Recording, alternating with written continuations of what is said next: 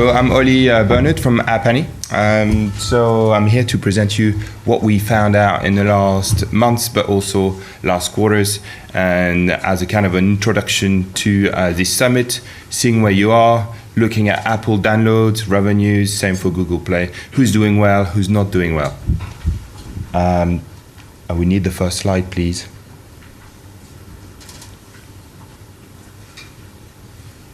Maybe it's for me, yeah. Lots of slides, so I'm going to try to go as quickly as possible, and we will share this presentation with all of you.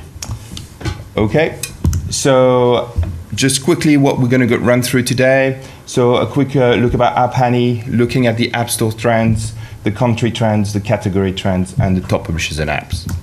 Okay, so App Annie, anybody doesn't know App Annie here?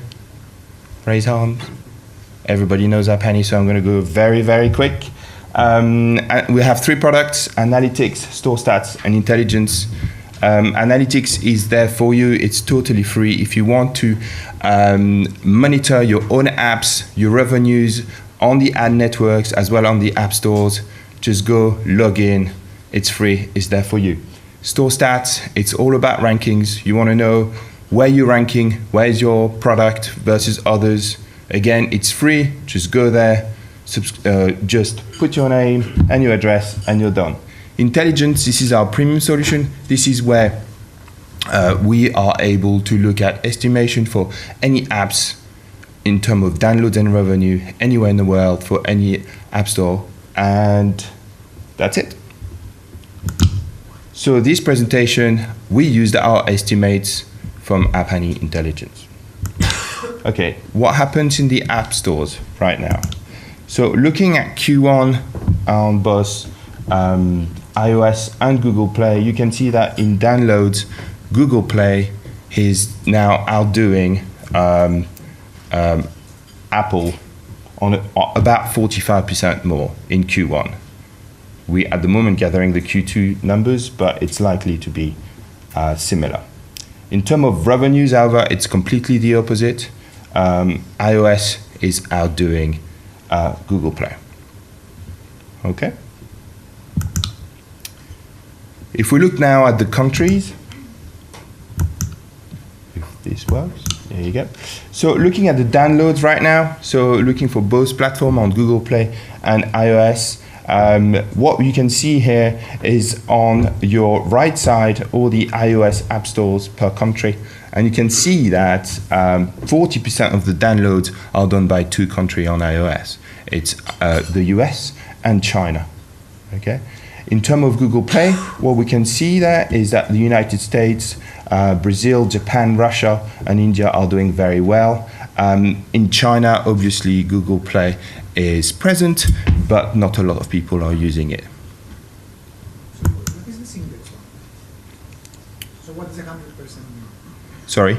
What does 100 mean? It's just indexed numbers around our own estimates. Okay, we never give actuals or our estimation.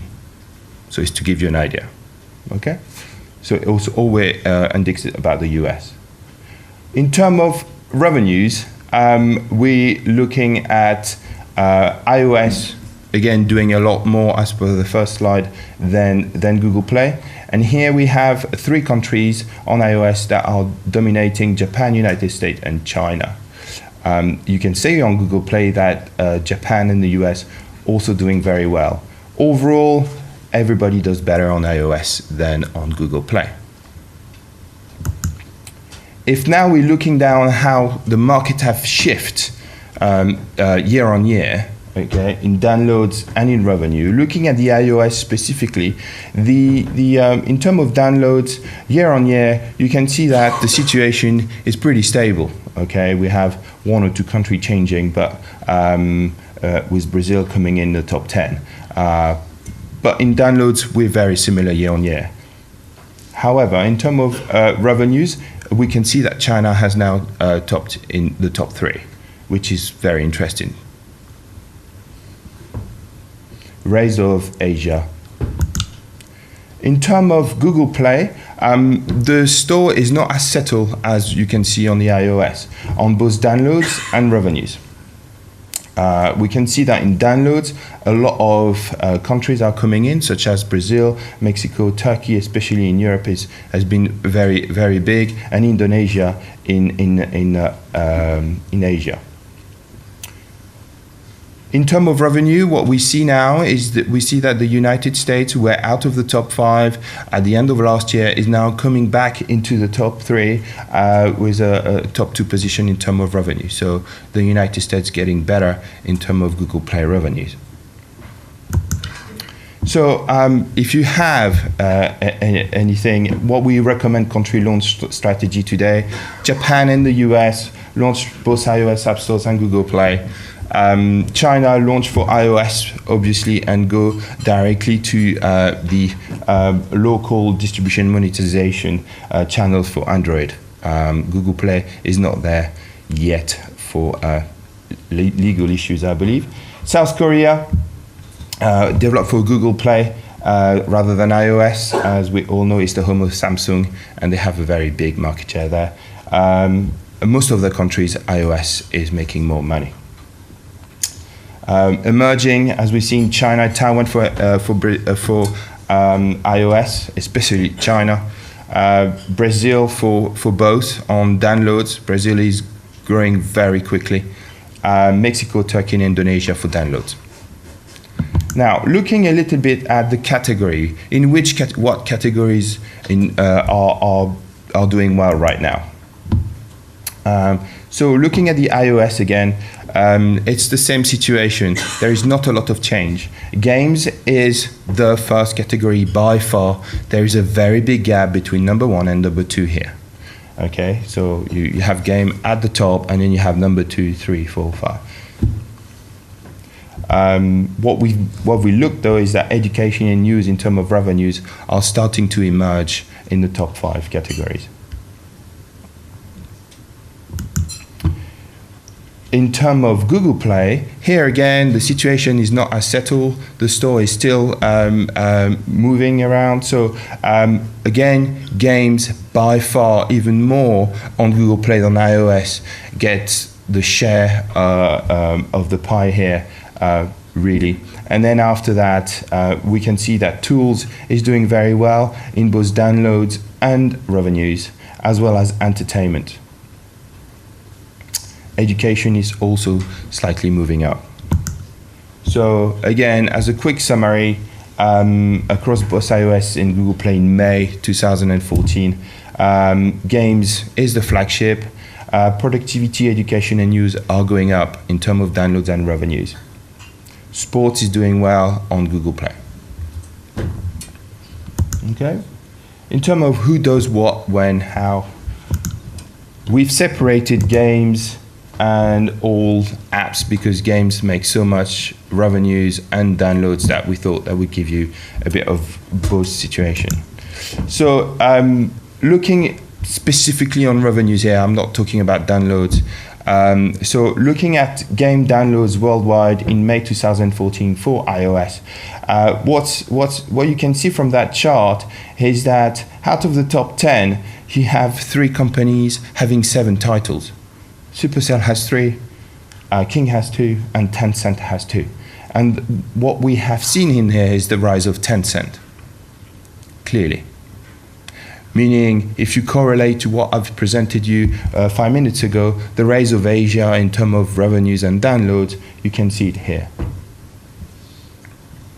Okay.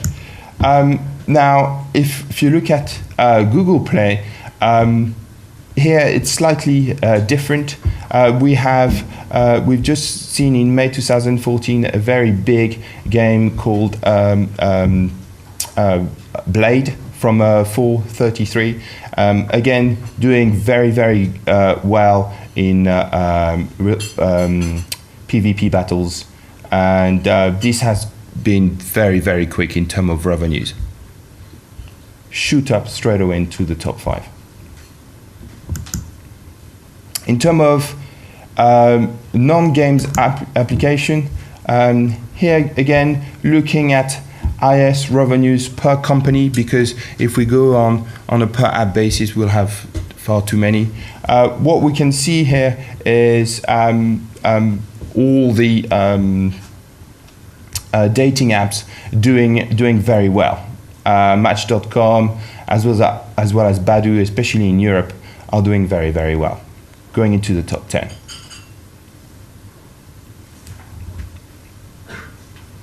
Now, if we're looking at the same on Google Play, it's all about messaging app and the war about messaging app. So at the moment, it looks like in Asia, you have a very settled situation. People looking at Line or WeChat or KakaoTalk, so it's well established. However, in the Western world, especially in the US and in Western Europe, it's all between WhatsApp and Viber, but also Line. There's no clear winner, although WhatsApp has number one overall. Again, in Europe, you have Viber and WhatsApp battling. At the moment, they're both entering Russia as well, and Viber has the edge on it, but it will depend on a per country basis. So it's not settled yet. That's it for me. If you've got any question, just please grab me at the end on anything. If you want some estimation on download revenues for any app across the world, just come and talk to me. Thank you very much.